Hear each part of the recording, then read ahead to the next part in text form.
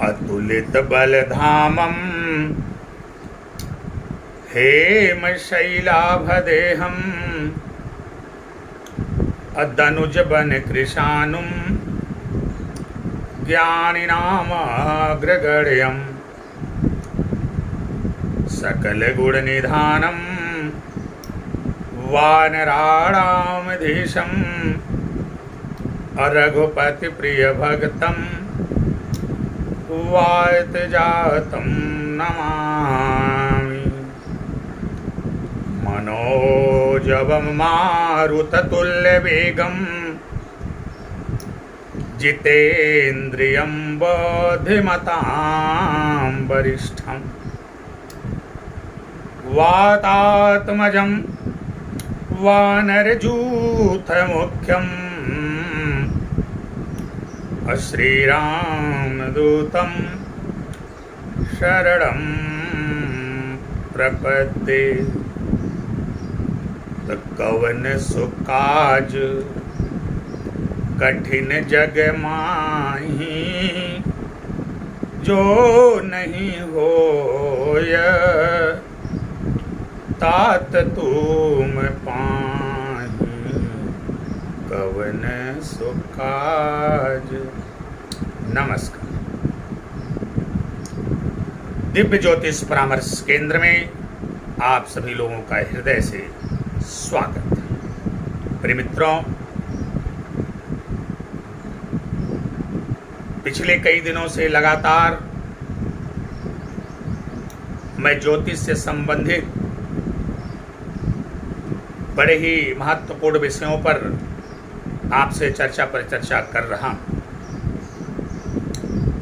अपने उसी चर्चा परिचर्चा के दौरान सर्वप्रथम हमने अपने चर्चाओं के क्रम में आपके समक्ष सबसे पहला जो ध्यान दिया वो इस विषय पर ध्यान दिया कि किसी भी कुंडली का सबसे प्रबलतम शुभ राजयोग कारक ग्रह कौन होता है। अर्थात हम अपने कुंडली के किस ग्रह को मजबूती और बल प्रदान कर दें कि हमारा जीवन सुख समृद्धि खुशहाली एवं संपन्नता के मार्ग पर अग्रसर हो। इसके वीडियोस बना करके हमने अपने चैनल में डाल दिए। अपने उसी चर्चा के अगले क्रम में हमने आपसे चर्चा किया मेष से लेकर के मीन लग्न तक किसी भी कुंडली के प्रबल राजयोग कारक ग्रहों की, जिसके अंतर्गत हमने आपको ये बताने का प्रयास किया कि किसी भी लग्न की कुंडली हो उसमें 3 ग्रह राजयोग कारक होते हैं। उनको प्रथम वरीयता क्रम में रखा जाता है, उनको प्राथमिकता दी जाती है। वो हमारे लिए शुभ होते हैं, हमारे लिए श्रेष्ठ होते हैं। और वो तीनों ग्रह लग्नेश, पंचमेश और नवमेश होते हैं। अपने चर्चाओं के क्रम में हमने बताया कि किस प्रकार से किसी भी लग्न की कुंडली हो तो किस प्रकार से हम जो है लग्नेश को, पंचमेश को, नवमेश को सही कर सकते हैं। इसकी बड़ी ही विस्तृत चर्चा हमने अपने YouTube चैनल दिव्य ज्योतिष परामर्श केंद्र में की है और हमने वीडियोस बना करके डाले हुए हैं। मुझे आशा भी है, पूर्ण विश्वास भी है कि आप लोगों ने हमारे उन वीडियोस को देखा भी होगा, सुना भी होगा, लाइक, कमेंट और शेयर भी किया होगा। और मुझे इस बात का भी विश्वास है कि आपने हमारे चैनल को सब्सक्राइब भी किया होगा, लोगों से करवाया भी होगा। परंतु जो लोग नए हैं, अभी हमारे चैनल से नहीं जुड़े हैं, उन्होंने हमारे चैनल को सब्सक्राइब नहीं किया है, उनसे हमारा निवेदन है कि आप लोग हमारे चैनल को सब्सक्राइब कर लें और ज्योतिष से संबंधित तमाम महत्वपूर्ण विषयों की जानकारियां हमारे इस चैनल पर आप प्राप्त कर सकते हैं। प्रिय मित्रों, हमारी चर्चा अभी तक जो केंद्रित रही है वो शुभ ग्रहों पर केंद्रित रही है। अपने चर्चा की प्रथम कड़ी में हमने किसी भी कुंडली के सबसे प्रबलतम ग्रह की बात किया था कि वह कौन सा ग्रह होता है जो सबसे प्रबल एवं परम राजयोग कारक होता है।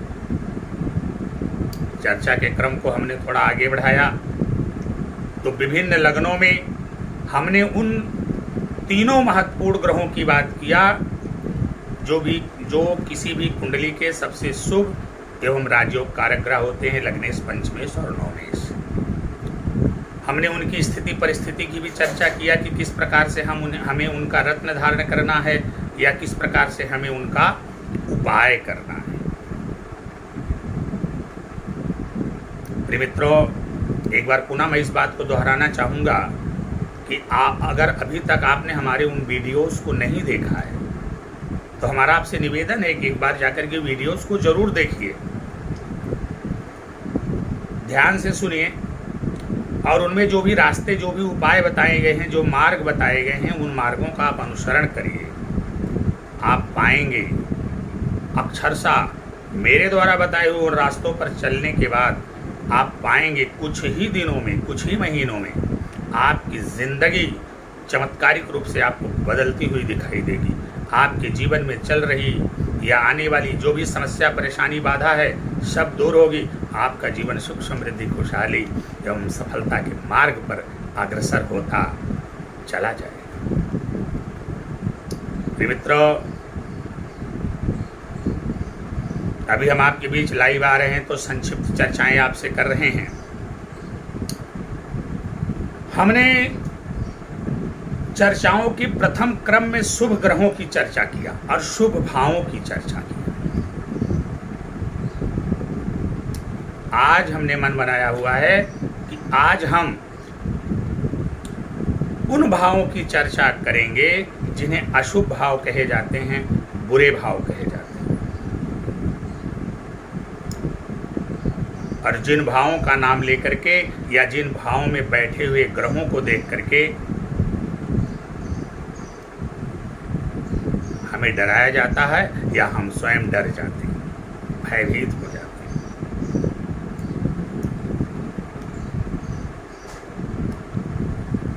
प्रिय मित्रों, आइए बिना विलंब के चर्चा के क्रम को आगे बढ़ाएं। बात शुरू करते हैं लग्न से।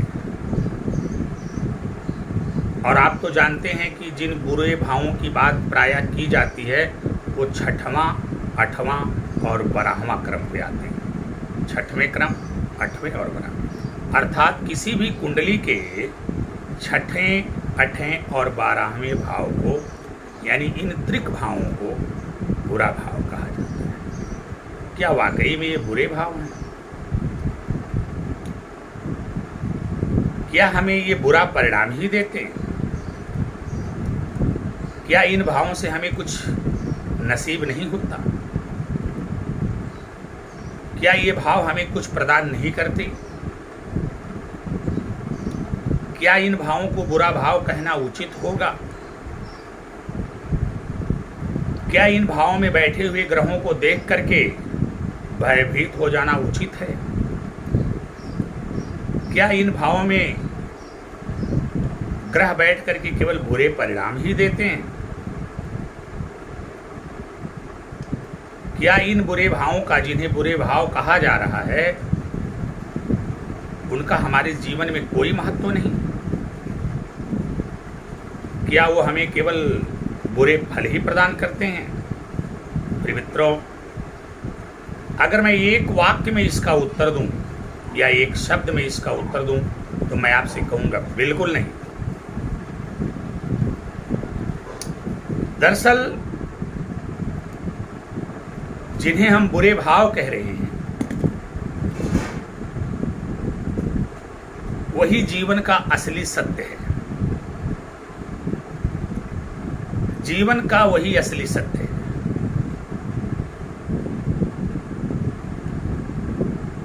जीवन की सार्थकता भी वहीं सिद्ध होती है और जीवन का उद्देश्य भी वहीं पर पूर्ण होता है। जीवन की सटीक परिभाषा देते हैं ये छठें, अठें और 12वें घर। यही तो बताते हैं कि जीवन है क्या। यही भाव तो ये बताते हैं कि हम दुनिया में आए क्यों हैं।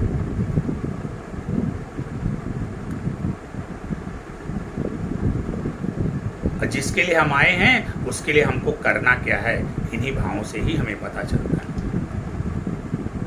चलिए बात शुरू करते हैं स्वयं से, अपने आप से, आपसे। आप क्या हैं? अगर आपको देखना है तो हम कुंडली के किस भाव को देखेंगे? जब एक व्यक्ति का जन्म होता है, एक व्यक्ति इस धरा पर आता है, उसको हमें कहां से देखना पड़ेगा? उसके व्यक्तित्व को कहां से देखना पड़ेगा?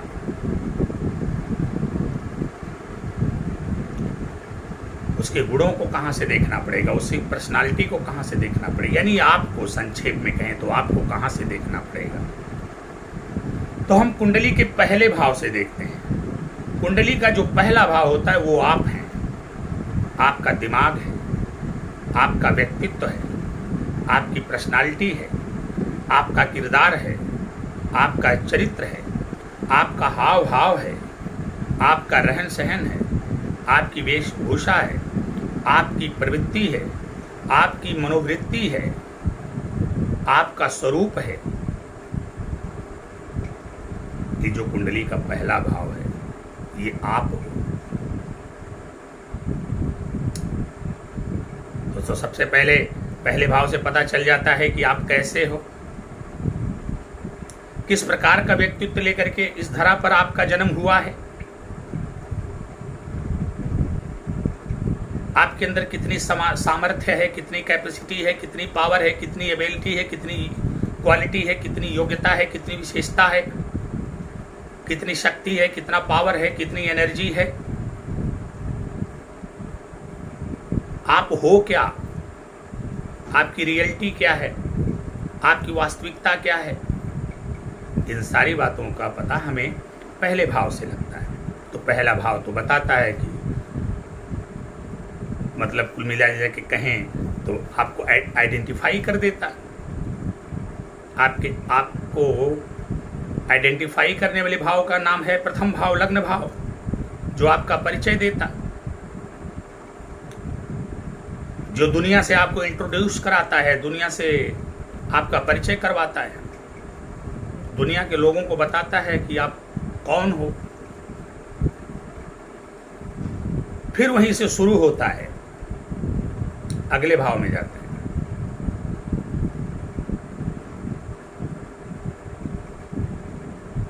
द्वितीय भाव। ये द्वितीय भाव क्या है, थोड़ा संक्षिप्त में चलते हैं, बाकी छठे अठे बारे की हम विशेष चर्चा करेंगे। द्वितीय भाव है परिवार है। तो जब आपका जन्म हुआ तो एक नवजात शिशु को प्रथम आवश्यकता किस बात की पड़ती है? परिवार की पड़ती है। उसको बोलना आए, वाणी का भी भाव है द्वितीय भाव। धन का भी भाव है। बहुत सारे चीजें द्वितीय भाव से देखी जाती है, लेकिन हम चूंकि मुख्य बिंदु की चर्चा कर रहे हैं। तो एक नवजात शिशु को परिवार की आवश्यकता पड़ती है, उसको बोलना सीखना होता है। इसलिए दूसरा घर वाणी का है। जब तक बोलना आएगा नहीं तब तक दुनिया में आपका कार्य आसानी से होगा नहीं। आप बोलना सीखते हो, परिवार के सानिध्य में रहते हो।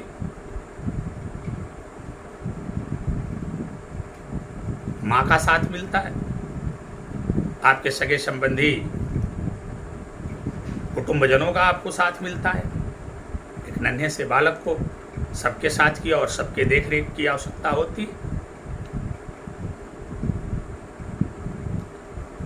फिर वहाँ से निकल करके जब हम अगले स्टेप में आते हैं तो तीसरा भाव पड़ता है। तीसरा भाव कौन सा भाव हो गया?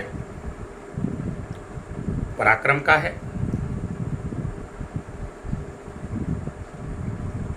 आपके भाई बहन का है, आपके दोस्तों और मित्रों का भी है। एक नन्हा सा बालक जिसने जन्म लिया, लग्न से पता चला कि वो कैसा है। फिर द्वितीय भाव एक्टिव हुआ, परिवार में उसका भरण पोषण हुआ, उसको बोलना सिखाया गया।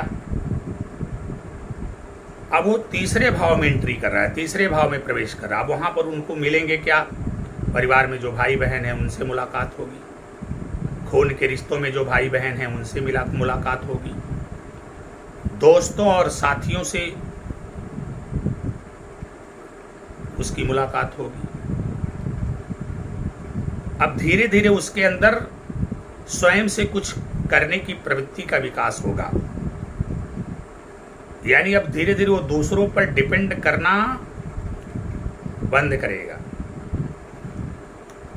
अब वो स्वयं से करने, आपने देखा होगा छोटा बच्चा होता है, पहले तो शुरुआत में आप चम्मच से पिलाते हो या जो भी चीज़ें होती है उससे आप देते हो और वो ग्रहण करता है।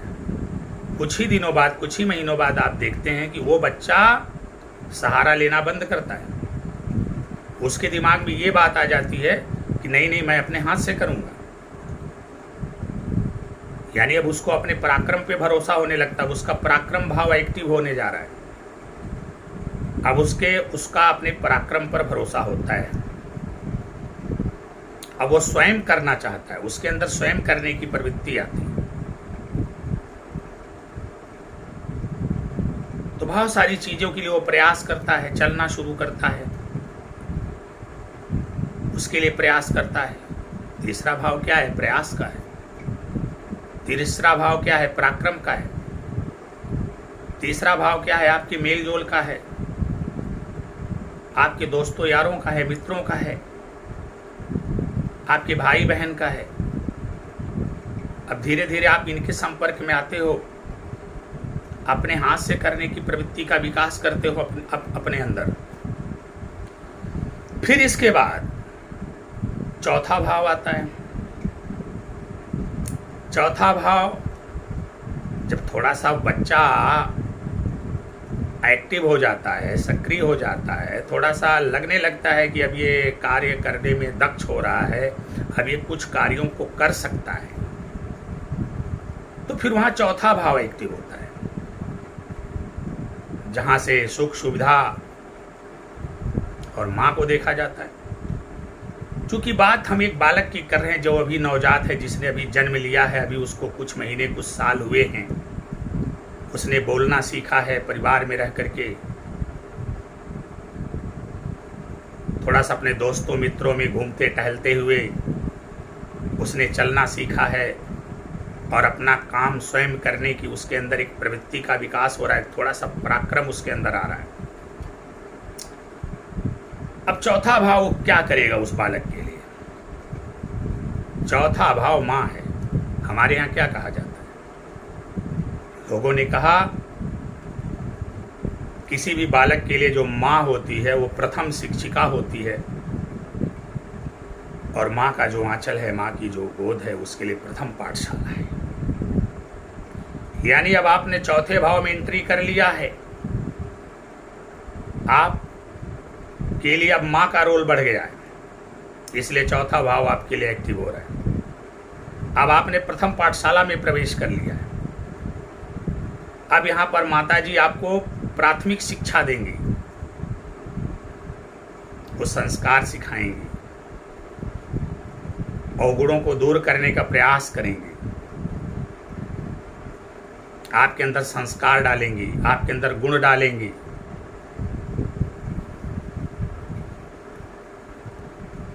आपको लिखना सिखाएंगी, पढ़ना सिखाएंगी। यानी चौथा भाव एक्टिव होता है और माँ की भूमिका बढ़ जाती है चौथे भाव में, और माँ प्राथमिक शिक्षिका, प्राथमिक पाठशाला की भूमिका ये चौथा भाव निभाता है। और माँ प्राथमिक शिक्षिका की भूमिका निभाते हुए आपको इस योग्य बनाती हैं कि धीरे धीरे आप कॉलेज में दाखिला लेते हो। अब आपका पंचम भाव एक्टिव होने जा रहा है। अब यहां पंचम भाव आपका एक्टिव होने जा रहा है। अब आपने विद्यालय में प्रवेश ले लिया। अब आप ज्ञानार्जन कर रहे हो। अब आप शिक्षा ग्रहण कर रहे हो। आपका व्यक्तित्व प्रथम भाव लग्न, आपका परिवार द्वितीय भाव, आपकी वाणी द्वितीय भाव, आपका पराक्रम तृतीय भाव, माता द्वारा प्राप्त किए गए संस्कार चतुर्थ भाव। जब ये चारों एक साथ मिलते हैं तो आप ज्ञानार्जन के लिए पंचम भाव में आते हो और अब आपका पंचम भाव एक्टिव होने वाला है। प्रिय मित्रों, जब हमारा पंचम भाव एक्टिव होता है और पंचम भाव अच्छे ढंग से सुचारू रूप से कार्य करता है, कैसे करता है इसकी चर्चा बाद में होगी। लेकिन जब हमारा पंचम भाव एक्टिव होता है, पंचम भाव सुचारू रूप से कार्य करता है, पंचम भाव एक्टिव हो जाता है, पंचम भाव सक्रिय हो जाता है, तो हम यहाँ पर ज्ञानार्जन करते हैं, हम यहाँ पर शिक्षा ग्रहण करते हैं।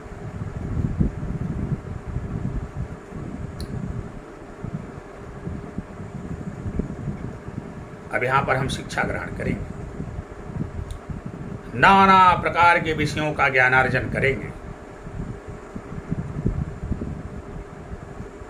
और अपने आप को ज्ञानवान बना लेंगे। तो जैसे ही व्यक्ति नाना प्रकार के विषयों का ज्ञान प्राप्त करके ज्ञानवान बना लेता है,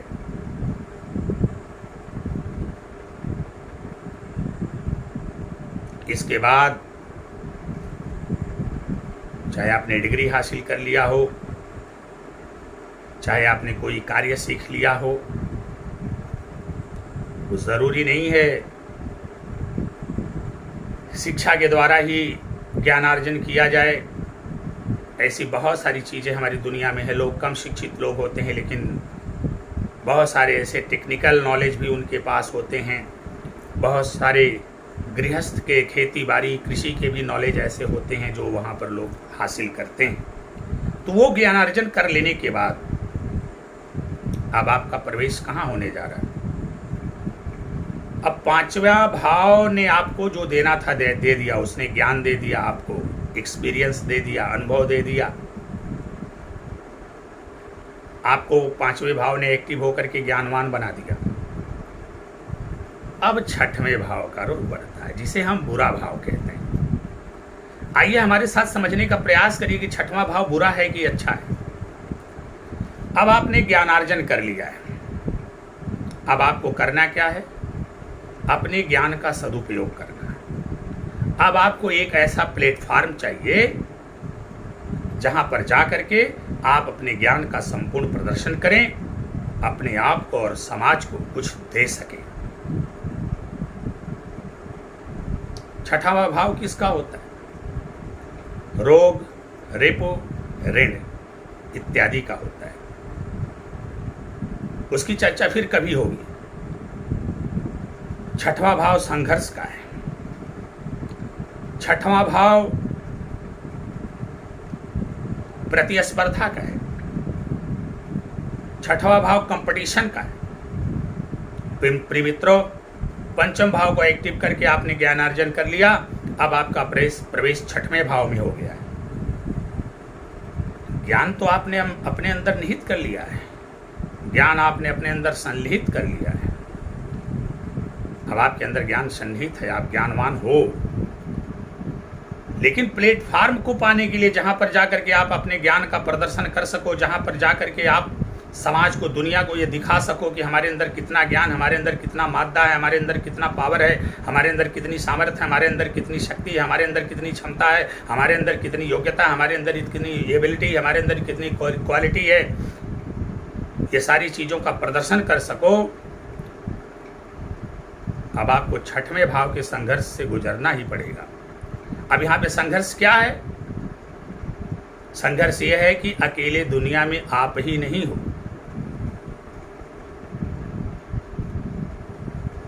बहुत सारे लोग हैं जिन्होंने आप ही के तरह ज्ञानार्जन किया हुआ है। और जिस प्लेटफॉर्म पर जाकर के आप अपनी शक्तियों का प्रदर्शन करना चाहते हो, अपनी योग्यता का प्रदर्शन करना चाहते हो, अपनी काबिलियत का प्रदर्शन करना चाहते हो, अपनी क्षमता का प्रदर्शन करना चाहते हो, अपनी कैपेसिटी का प्रदर्शन करना चाहते हो, अपनी एनर्जी का प्रदर्शन करना चाहते हो, अपने ऊर्जा के प्रभुत्व को दिखाना चाहते हो, अपने व्यक्तित्व के सामर्थ्य को दिखाना चाहते हो, अपनी एबिलिटी को दिखाना चाहते हो, अपने किरदार को दिखाना चाहते हो, उसी तरह से बहुत सारे लोग हैं, वो लोग भी यही चाहते हैं।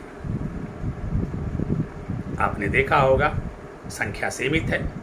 कोई भी कंपनी या फैक्ट्री की बात किया जाए या किसी भी गवर्नमेंट ऑफिस कार्यालय की बात किया जाए, वहां पर संख्या सीमित है, लेकिन जनसंख्या तो सीमित नहीं है। तो जाहिर सी बात है, अब आपको थोड़ा सा कंपटीशन में उतरना पड़ेगा।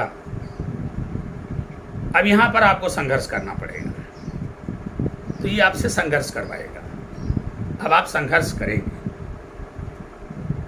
और इस संघर्ष में जब आप कामयाब होंगे तो आप स्थापित हो जाएंगे।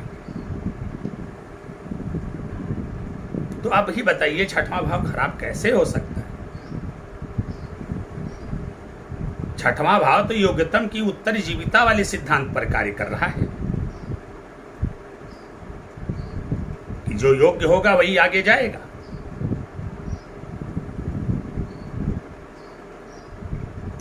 छठवां भाव तो हमें निखारने का काम कर रहा है, हमें छांटने का काम कर रहा है, हमारी क्वालिटी को परखने का काम कर रहा है, हमें जांचने का काम कर रहा है, हमारा टेस्ट ले रहा है। छठवां भाव हमें कंपटीशन में डाल रहा है कि जो हमने अपना ज्ञान आर्जन किया है,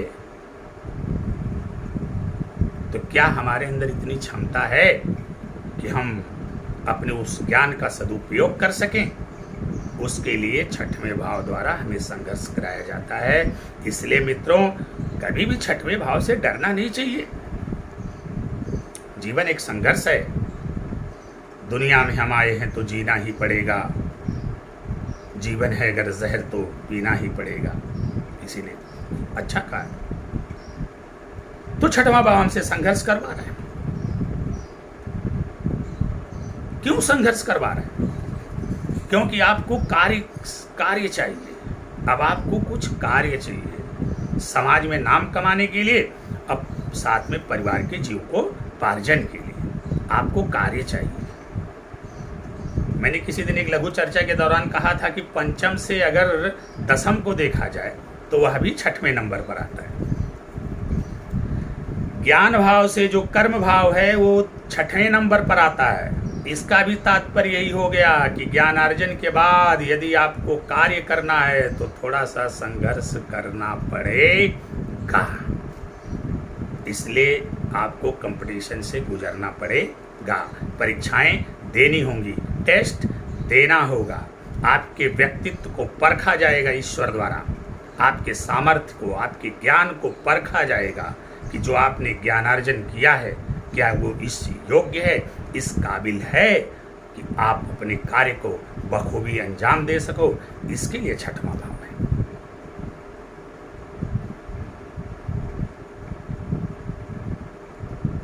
रोग रिपु ऋण की भी बात वहां से की जाती है छठवें भाव से। छठवां भाव बताता है कि आपको कौन सा रोग हो सकता है, आपके रिपु कैसे हो सकते हैं, आपको आपका ऋण कैसा हो सकता है। ये तो हमें अलर्ट कर रहा है छठवां भाव।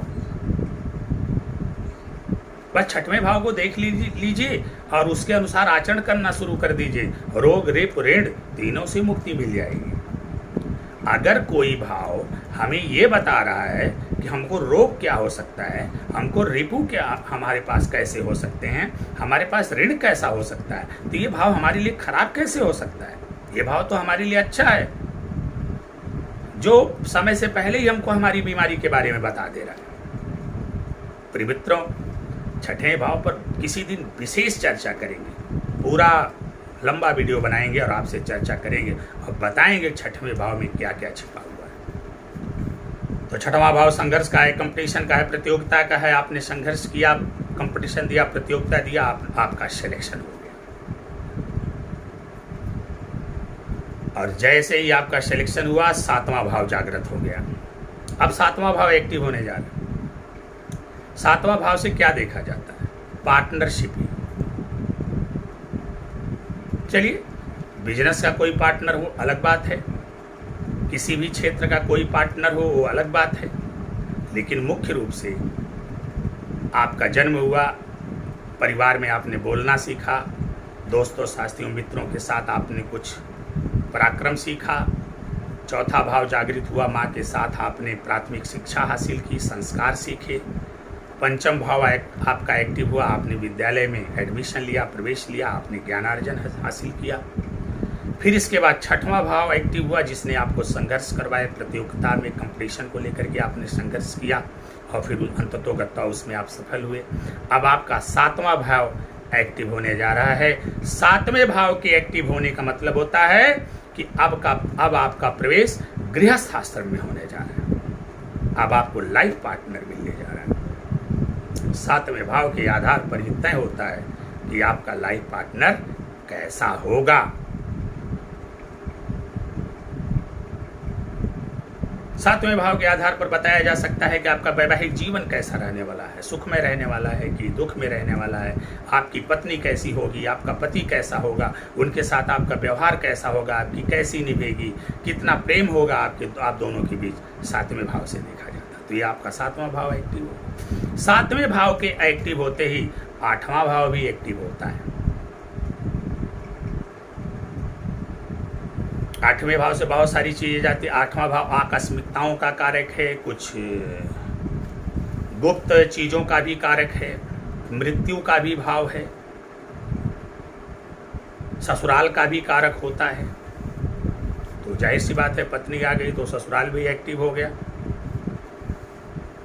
अचानक से धन की प्राप्ति भी वहां से होती है। 8वें भाव से देखा जाता है गड़े हुए धन को। बहुत सारी चीजें आकस्मिकताओं का कारक है, दुर्घटनाओं का भी कारक है।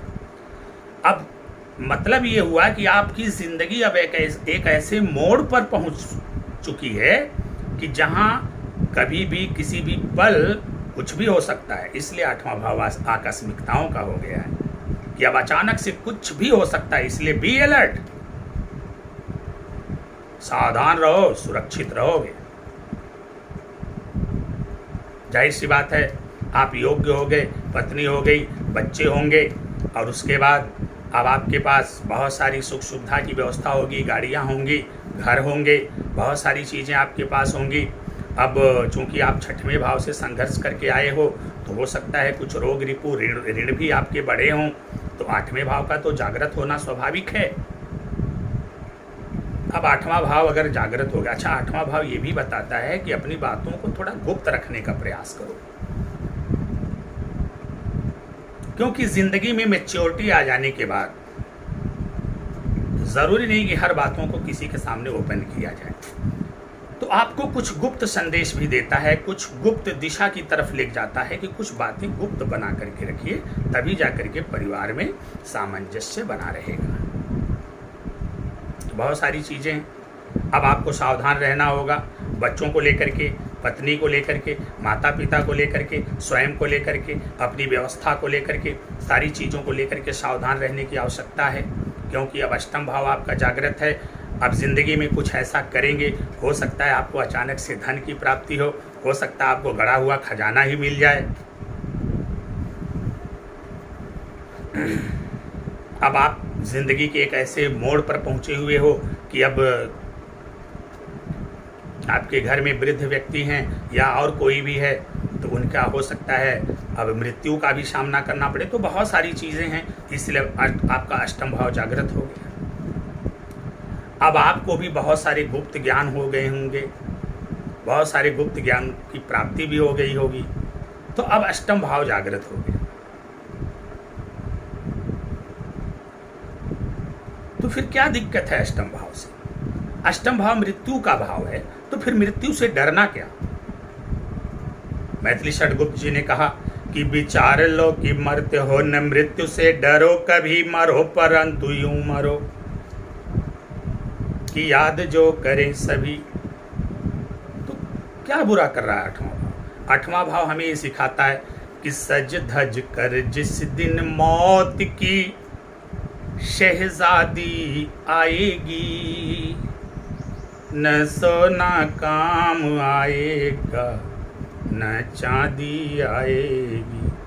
तो आठवां भाव अगर हमें सिखा रहा है कि मृत्यु ही शाश्वत सत्य है, और जब मृत्यु आएगी तो सोना और चांदी काम नहीं आएगी, तो फिर आठवां भाव क्या बुरा कर रहा है? ये बुरा कैसे हो सकता है? केवल इसीलिए, इसके लिए आप इसको बुरा कर देंगे कि जिंदगी की हकीकत से आपको रूबरू करा रहा है, जिंदगी के सच्चाई से आपका परिचय करवा रहा है, इसीलिए आप अष्टम को खराब कह देंगे। आपकी आयु का भी तो निर्धारण कर रहा है।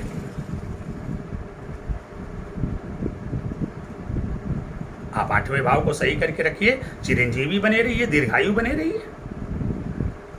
अगर भगवान ने पहले से यहां पर अच्छे ग्रहों की व्यवस्था कर दिया है, तब तो आपके लिए कहना ही क्या है। प्रिय मित्रों, तो अष्टम भाव भी जीवन की सच्चाई को बता रहा है। अष्टम भाव बता रहा है कि ये मोह की नगरी है, एक दिन छोड़कर जाना पड़ेगा, आएगा बुलावा तो जाना पड़ेगा, वहाँ न चलेगा बहाना किसी का। इसीलिए अष्टम भाव कहता है कि नहीं चाहिए दिल दुखाना किसी का। तो सवाल ये उठता है कि जब अष्टम भाव ने कहा कि नहीं चाहिए दिल दुखाना किसी का, आएगा जब बुलावा तो जाना पड़ेगा, अष्टम भाव कहता है सज धज के एक दिन मौत की शहजादी आएगी, न सोना काम आएगा न चांदी आएगी, तो फिर अष्टम भाव हमें संकेत क्या दे रहा है? अष्टम भाव क्या कह रहा है कि हमें ऐसा क्या करना चाहिए? तो अष्टम भाव के आगे चलिए, अष्टम भाव के रहस्य को समझने के बाद आगे बढ़िए। नवम भाव, नवम भाव क्या है? धर्म का। नवम भाव क्या है? सत्कर्म का। यानी अष्टम भाव ने बता दिया कि दुनिया में सच्चाई, मृत्यु ही सच्चाई है, आकस्मिकता ही सच्चाई है। यह तन कांचा कुंभ है, लिए फिरे था साथ, ढबका लागा फूट गया, कछु न आया हाथ। अष्टम भाव कहता है कि यह ऐसा संसार है जैसे सिंबल फूल, 10 दिन के व्यवहार में झूठे रंग न भूल। ये अष्टम भाव।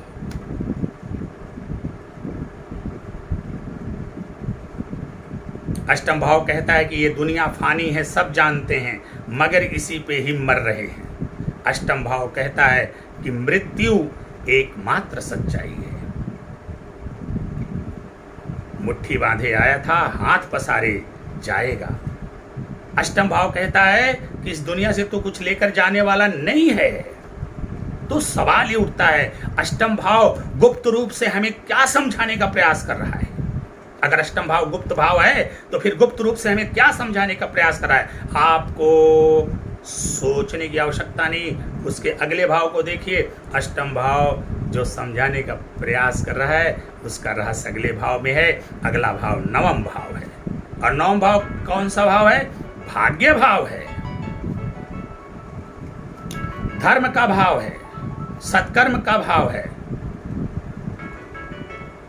अष्टम भाव कह रहा है कि कुछ धर्म करो, सत्कर्म करो। अष्टम भाव कहता है मृत्यु ही सच्चाई है, इसलिए कुछ धर्म और सत्कर्म कर ही लेना चाहिए। अष्टम भाव कहता है कि मुक्ति का कोई तो जतन कर ले, रोज थोड़ा थोड़ा हरि का भजन कर ले। अष्टम भाव कहता है कि हे मनुष्य, हे प्राणी, तूने अपने जीवन में बहुत कर्म किए और तूने बड़ी सफलताएं अर्जित किया। आज तू बुलंदी पर है, कामयाबी तुम्हारा कदम चूम रही है, लेकिन हे मनुष्य, धर्म से जुड़ा रहे, धर्म का कार्य कर, सत्कर्म का कार्य कर, पूजा कर, पाठ कर, वेद शास्त्रों का अध्ययन कर, माता पिता गुरुओं की, बुजुर्गों की, बड़े लोगों की सेवा कर, थोड़ा सा धर्मात्मा बन जा, थोड़ा सा पुण्यात्मा बन जा।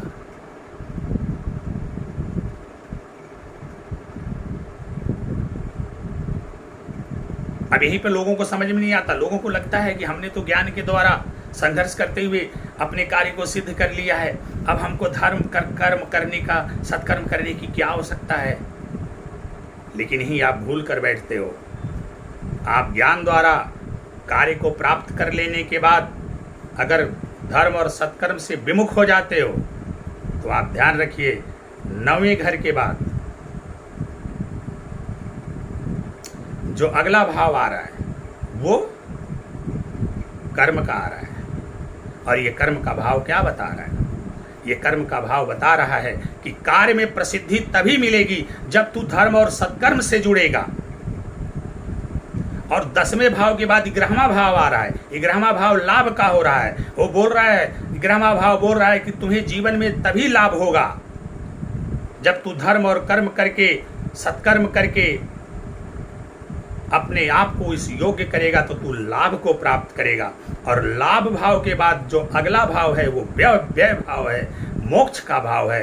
वो ये बताने का प्रयास कर रहा है कि अगर तू धर्म और सत्कर्म को और अपने कर्म को बखूबी अंदाज में करते हुए आगे बढ़ेगा तो तुझे भौतिक लाभ तो प्राप्त होगा ही होगा, साथ में तुझे आध्यात्मिक लाभ प्राप्त होगा।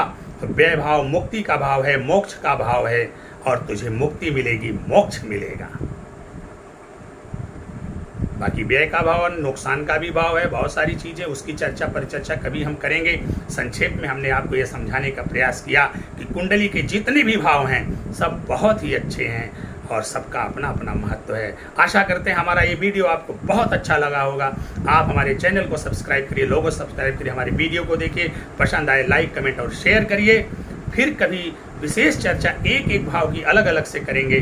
तब तक के लिए मैं संजीव कुमार मिश्रा आपसे विदा लेता हूँ। भगवान भोलेनाथ आपका कल्याण करें। नमस्कार।